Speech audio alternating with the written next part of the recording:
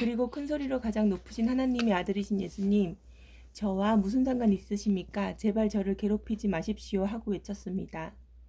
그것은 예수님께서 더러운 귀신아 그 사람에게서 나오너라 하고 그에게 말씀하셨기 때문이다. 예수님께서 그에게 물으셨습니다. 네 이름이 무엇이냐? 그가 대답했습니다. 레기온입니다. 이는 우리의 수가 많기 때문에 붙여진 이름입니다. 그는 예수님께 자신을 또다시 이 집안에서 쫓아내지 말아달라고 간청하였습니다. 마침 그곳 산허리에서 많은 돼지떼가 먹이를 먹고 있었습니다. 더러운 귀신이 간청했습니다. 우리를 저 돼지들에게 보내셔서 들어가게 해주십시오. 예수님께서 그렇게 허락하셨습니다. 더러운 귀신들은 그 사람에게서 나와 돼지떼 속으로 들어갔습니다. 그러자 거의 2,000마리나 되는 돼지떼가 호수 쪽으로 산비탈을 내리달아 빠져 죽었습니다. 돼지를 치던 사람들이 달아나서 읍내와 촌에 있는 사람들에게 이 사실을 알렸습니다. 그래서 사람들이 무슨 일이 일어나는지 보려고 왔습니다. 그들은 예수님께 와서 귀신이 들렸던 사람, 곧 레기온 귀신이 들렸던 사람이 옷을 입고 제정신으로 돌아와 앉아있는 모습을 보고 깜짝 놀랐습니다. 이 일을 목격했던 사람들이 그들에게 귀신 들린 사람에게 어떤 일이 일어난지에 대하여 그리고 돼지떼에 대하여 말해 주었습니다. 그러자 그들은 예수님께 자기네 지방을 떠나달라고 요구하기 시작했습니다. 예수님께서 배에 앉으시자 귀신 들렸던 사람도 예수님을 따라가게 해달라고 간청했습니다. 그러나 예수님께서는 허락하지 않으셨습니다. 예수님께서는 내 가족 식구와 친구들에게로 가거라. 그들에게 주님께서 내게 얼마나 큰 일을 해주셨으며 얼마나 큰 자비를 베풀어 주셨는지 이야기하라 라고 말씀하셨습니다. 그래서 그 사람은 돌아갔습니다. 그리고 데가볼리 지역에서 예수님께서 자기에게 얼마나 큰 일을 해주셨는지 사람들에게 이야기하자 모든 사람들이 듣고 놀랐습니다. 예수님께서 배를 타고 맞은편 쪽으로 다시 건너오셨습니다. 그러자 많은 사람들이 예수님 주위에 몰려들었습니다. 예수님께서 호숫가에 계셨습니다. 야이로가라고 하는 이름하는 어떤 회당장이 예수님을 찾아왔습니다. 그는 예수님 발 앞에 엎드렸습니다. 그리고 예수님께서 거듭해서 간청했습니다. 제 어린 딸이 죽어가고 있습니다. 제발 오셔서 그 아이에게 손을 얹어주십시오. 그러면 건강해지고 살아날 것입니다. 그러자 예수님께서 그와 함께 가셨습니다. 많은 사람들이 예수님을 에워싸고 밀며 따라갔습니다. 그 중엔 12년 동안 혈루증을 앓아온 여자가 있었습니다. 그는 여러 의사에게 보이면서 고생을 했습니다. 그러나 가진 돈만 다 써버리고 효과는 없었습니다. 오히려 병이 더 심해져 갈 뿐이었습니다.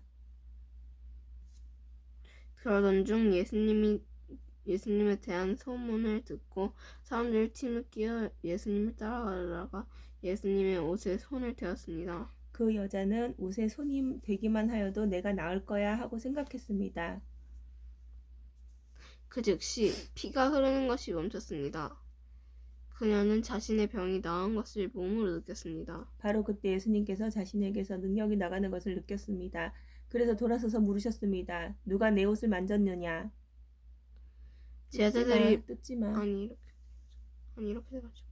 말했습니다. 사람들이 에워싸고 밀치고 있는데 누가 손을 대었다고 말씀하십니까?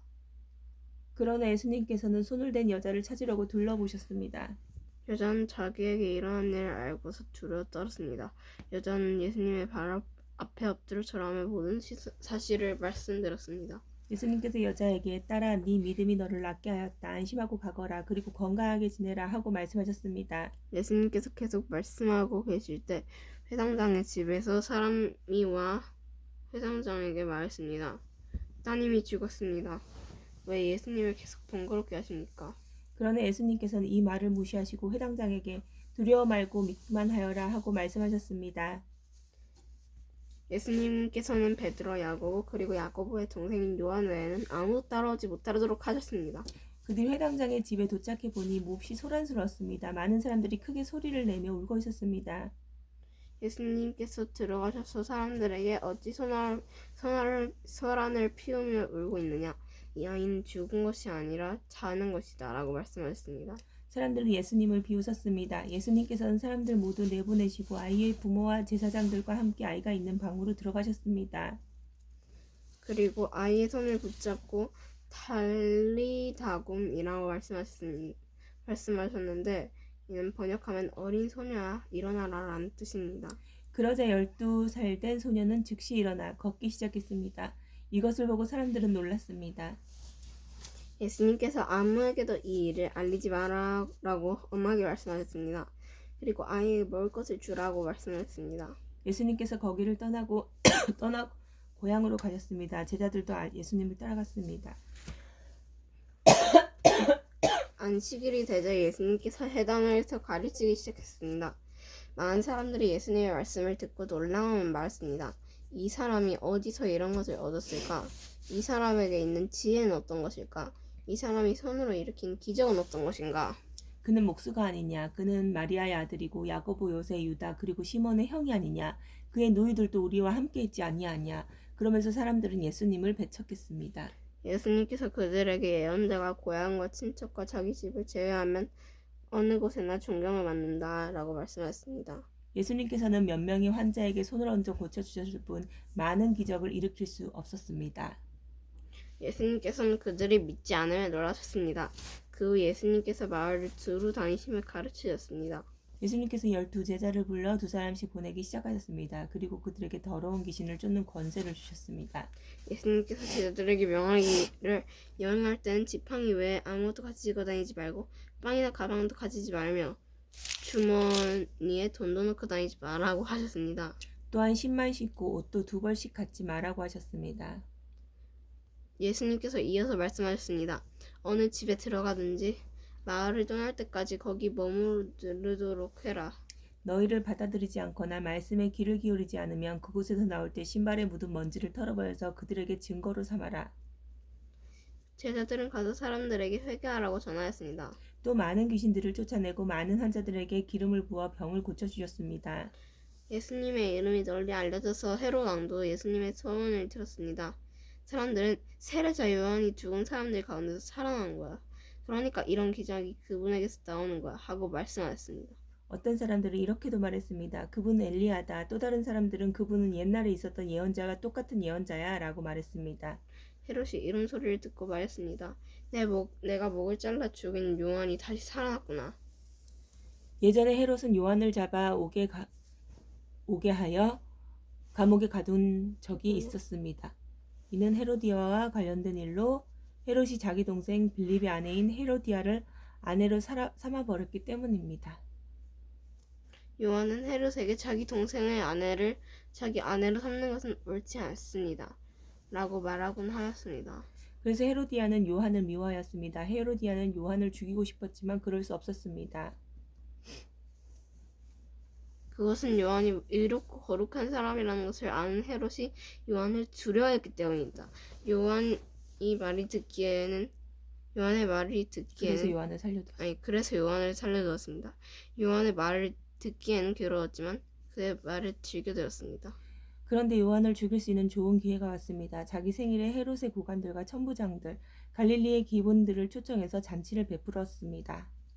그런데 요한을 죽일 수 있는 좋은 기회가 왔습니다. 준아 이거잖아. 아니구나. 자, 헤로디아의 딸이 춤을 춰서 헤롯과 잔치에 참여한 손님을 즐겁게 해주었습니다.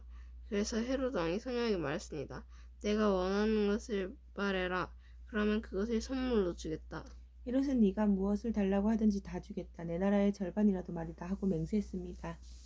소녀는 자기 어머니에게 가서 무엇을 달라고 할까요? 하고 물었습니다. 그러자 어머니가 대답했습니다. 세례자 요한의 머리를 달라고 해라. 소녀는 즉시 왕에게 돌아가서 바로 이 자리에서 세례자 요한의 머리를 쟁반에 담아주세요 하고 요청했습니다. 왕은 매우 괴로웠지만 자기가 한 맹세 때문에 그리고 잔치에 참여한 손님들 때문에 소녀의 요청을 거절할 수가 없었습니다. 왕은 곧바로 시위대 군인을 보내 요한의 머리를 가져오라고 했습니다. 군인은 가서 감옥에 있던 요한의 머리를 잘랐습니다. 그리고 쟁반에 담은 그 머리를 가져와 소녀에게 주었고 소녀는 그것을 자기 어머니에게 가져다가 주었습니다. 요한의 제자들이 소식을 듣고 가서 요한의 시체를 가져다가 무덤에 묻었습니다. 사도들이 예수님께로 돌아왔습니다. 그리고 자신들이 했던 일과 가르쳤던 것을 모두 예수님께 말씀드렸습니다. 예수님께서 말씀하셨습니다. 외딴 곳으로 따로 가서 잠시 쉬도록 하라. 이렇게 말씀하신 것은 오고 가는 사람들이 너무 많아 예수님과 사도들이 식사할 시간조차 없었기 때문입니다. 아멘.